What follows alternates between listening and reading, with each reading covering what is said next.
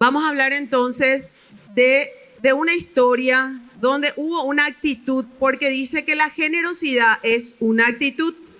Y les leo lo que significa la generosidad. Dice, la generosidad incluye responder a las necesidades de los demás de forma material, el de dar, de tener un espíritu generoso. Y no solamente material, también espiritual. La generosidad radical es una actitud que no en cantidad, sino en calidad, de darle una calidad a las personas. En la Biblia dice que todo lo que den, que es bien recibido, lo dan con entusiasmo. Y todo lo que den según lo que tienen, según lo que ustedes nazca de su corazón. Y les digo lo que dice en 2 Corintios, capítulo 9, versículo 7, si me puedes poner, Sergio. Solemos decir este versículo. 2 Corintios, capítulo 9, versículo 7. Cada uno debe decidir en su corazón cuánto dar. Y no den de mala gana ni de bajo presión, porque Dios ama a la persona que da con alegría. Muchas veces puede ser que demos, puede ser algo material, puede ser un poco de amor, puede ser un pedido de ayuda. Entonces, a eso se refiere. Muchas veces, esto también quiere decir también al que quiere dar de corazón, ofrendar en el reino de Dios, también se utiliza este versículo. Entonces, ser generosos con Dios, porque Dios es un Dios generoso con nosotros. Y voy a contar la historia del buen samaritano. ¿Qué pasó en la historia del buen samaritano?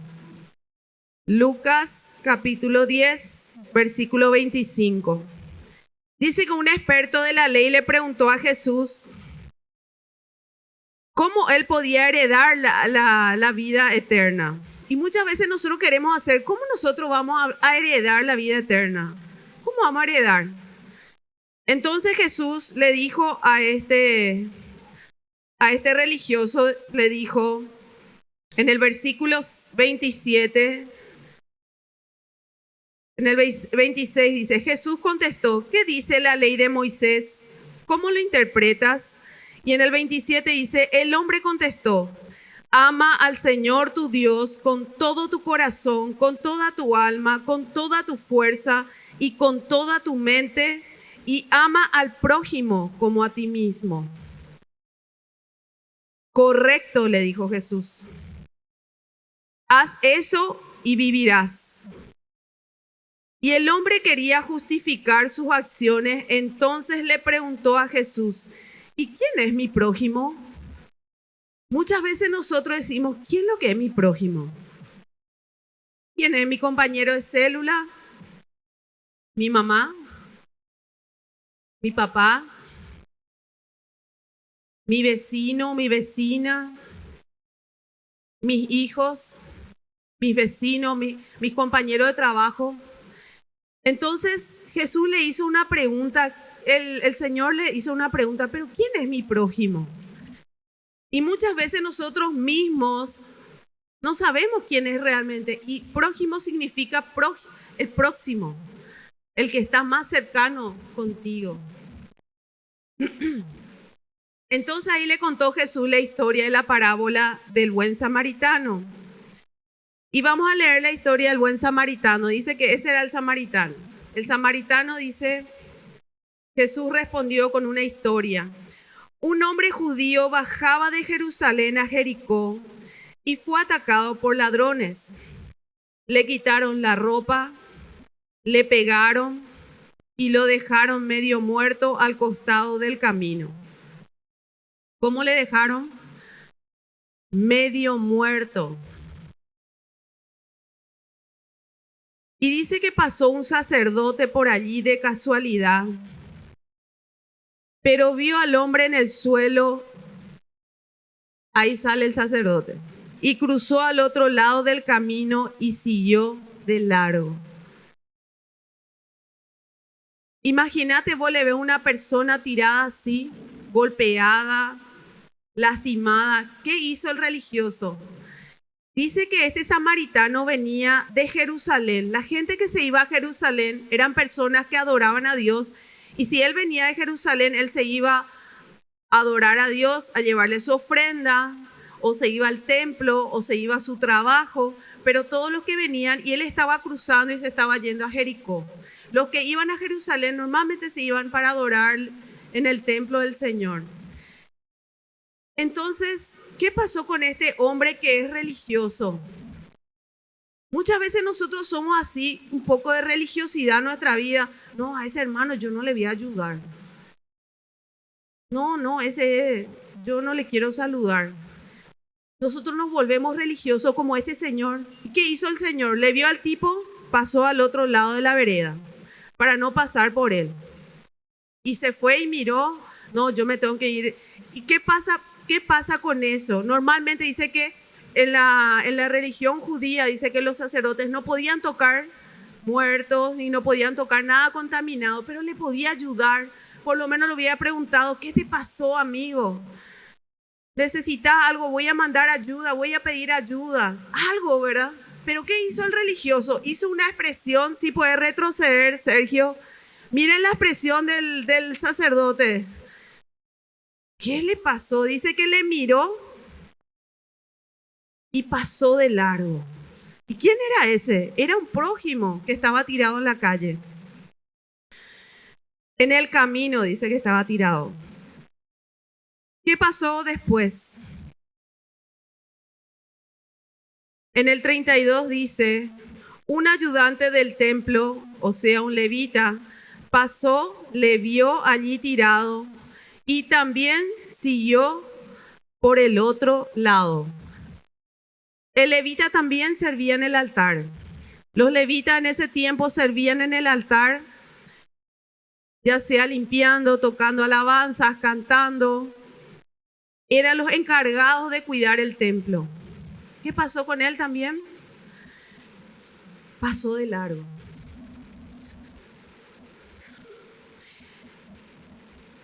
Y después, entonces pasó un samaritano despreciado. ¿Por qué dice el samaritano? Porque en ese tiempo dice que los judíos no se juntaban con los samaritanos. ¿Y qué hizo el samaritano? Fue movido a misericordia y corrió para verle a ese hombre que estaba tirado ahí.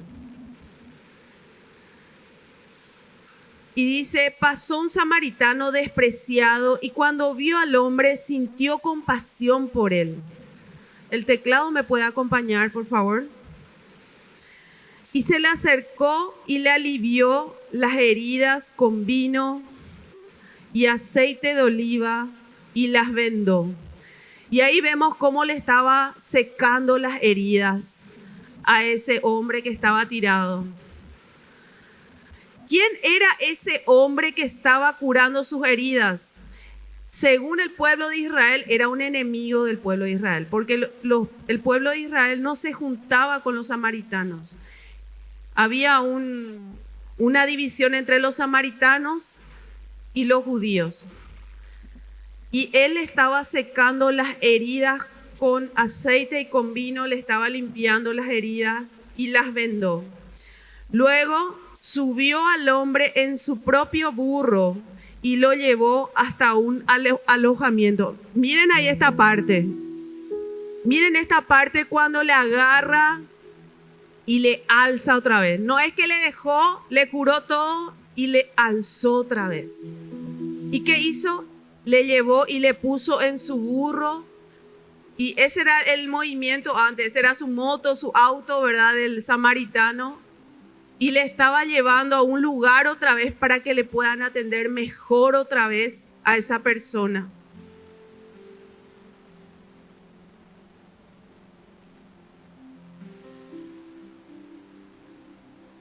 Y luego le llevó a un alojamiento donde cuidó de él.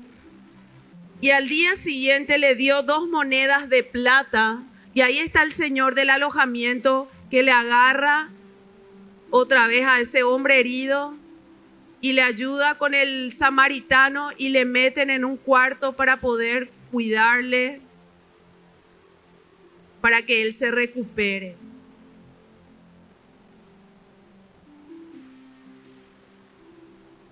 Y dice que al día siguiente, en el versículo 35, 10:35, dice: al siguiente día le dio 2 monedas de plata al encargado de la posada y le dijo: cuida de este hombre.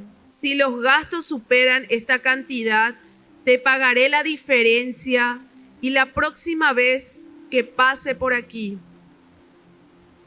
Ahora bien, el Señor nos pregunta: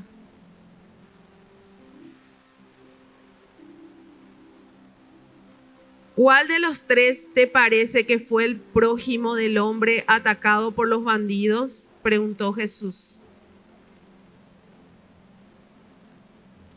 Y el hombre contestó: el que mostró compasión. ¿Cómo tenemos que ser como hijos de Dios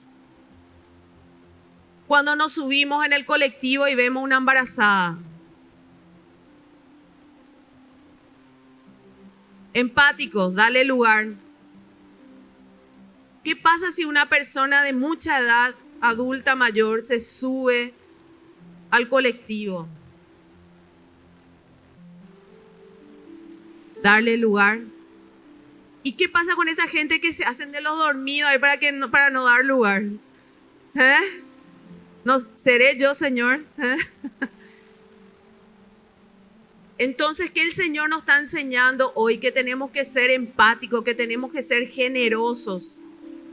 Y esta es una representación realmente del amor del Señor, porque realmente nosotros somos este hombre herido. Cuando el Señor nos encontró, ¿qué hizo el diablo? Nos robó, nos lastimó, nos sacó todo, nos tiró en el camino. ¿Y quién fue el que vino a limpiar nuestras heridas? Fue el Señor Jesús, que nos rescató y que pagó un precio para poder sanarnos totalmente. Si hoy estás acá, es porque Él pagó el precio bien caro. Cada uno de nosotros fuimos comprados por su sangre. Pero también te quiero decir, mi hermano, que cada uno de nosotros que este mundo golpeó, también yo sentí de parte de Dios que cada uno somos como el samaritano, que como líderes nos vamos a secar las heridas de nuestros discípulos, ¿verdad? Que le damos una palabra. ¿Y qué hizo el samaritano? Después dice que le llevó a un lugar para que pueda ser sanado todas sus heridas. ¿Dónde le llevamos a las personas nuevas cuando le presentamos a Jesús para que le sane todas sus heridas? A su célula, a la iglesia. Y para que se siga sanando esa persona, Dios le dio la sabiduría a nuestros líderes para abrir el Centro de Estudios Bíblicos. Ustedes saben que a través del Centro de Estudios Bíblicos, muchos de nosotros fuimos sanados. Muchos de nosotros fuimos restaurados, liberados. Y yo te invito, mi hermano, esto no es porque queremos vender un libro, no. Es para que sanar todas las heridas que tenemos del pasado. Por eso Dios nos trajo una iglesia para poder restaurarnos. Esta es la posada del Señor. Esta es la posada que el Señor te trajo hoy para que vengas a restaurar tu vida. Para que a través de esa palabra, porque cada palabra que cada maestro da en una clase es para sanar tu corazón, para sanar tu pasado, para sanar tu presente y tu futuro que tiene Dios para vos. Yo sé que cada uno de nosotros Dios nos está preparando y yo sé que ustedes son los futuros pastores, los futuros evangelistas, los futuros apóstoles que van a viajar a las naciones a llevar la palabra del Señor. Y no solamente las naciones, aquí en Paraguay, cada uno de nosotros puede ser un presidente. Entre ustedes está el presidente, el vicepresidente. Amén, aleluya. Senadores. que vamos a hacer lo correcto porque aprendimos la palabra, aprendimos a ser generosos, aprendimos a ser buenos hijos de Dios. Porque el Señor, el que salió corriendo, me hizo sentir como que cuando Jesús nos vino corriendo para sanarnos, cuando Jesús vino a rescatarnos de todos esos pecados que estábamos atados, nos vino a sanar, a llenar todo lo que estaba vacío en nuestras vidas. Yo cuando le conocí al Señor Jesús les puedo decir que era como un vaso vacío, así era mi vida. Que por fuera brillaba mucho, pero por dentro no había nada. Nada no había. Este mundo te va a ofrecer muy lindo por fuera, pero por dentro estamos vacíos. Y mientras que vos no le llenes al Señor Jesús en tu vida, difícilmente se va a llenar este vaso. Y esta es la gracia del Señor. Y se va a llenar, y se va a llenar, y se va a llenar. Y siempre vas a estar lleno. No, ni siquiera las personas pueden llenar ese vacío porque ese es para el Señor. Este vacío que somos nosotros es para que Él nos llene. Ni tu esposo, yo que estoy casada, ni mi esposa, ni mi esposo, ni mis hijos pueden llenar este vaso. Nadie puede llenar, ni tus padres, nadie. Solamente el Señor, porque fuimos creados por Él y para Él. Amén.